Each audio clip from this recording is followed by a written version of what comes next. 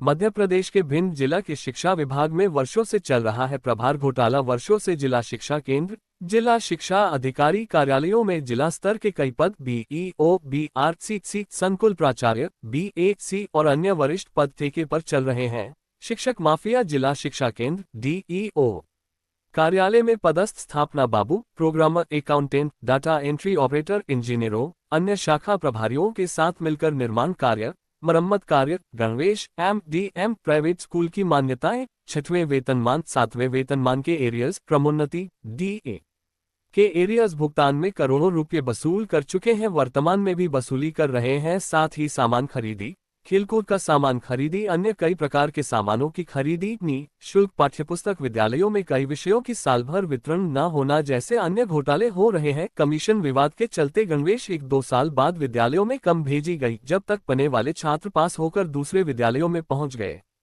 दी भी ऐसी गई, बच्चों के शरीर में छोटी पड़ गई।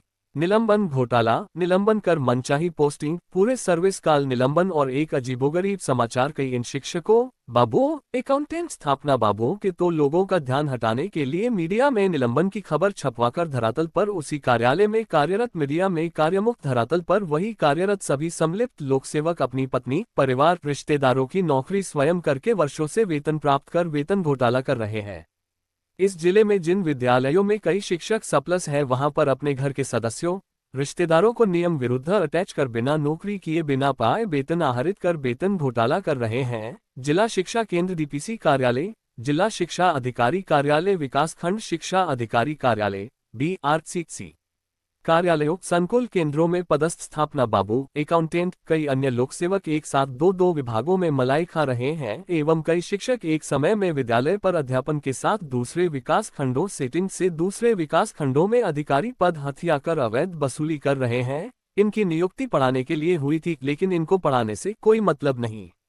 अधिकारी इन लोकसेवकों का राज्यपाल और बड़े मंत्रियों, नेताओं, अधिकारियों से सम्मान एवं पदक दिलाते हैं, उनके साथ में फोटो खिंचवाते हैं। जिले की स्थिति इस प्रकार है कि कई प्राथमिक शिक्षक, माध्यमिक शिक्षक, सहायक संचालक के पदों पर वर्षों से पदस्थ होकर लूटपाट मचाए हुए हैं। सबसे बड़ी बात यह है कि ये सभी आपस में रिश्तेदार हैं। यहाँ हो रहे भ्रष्टाचार के समाचार डिजिटल मीडिया पर चल रहे हैं।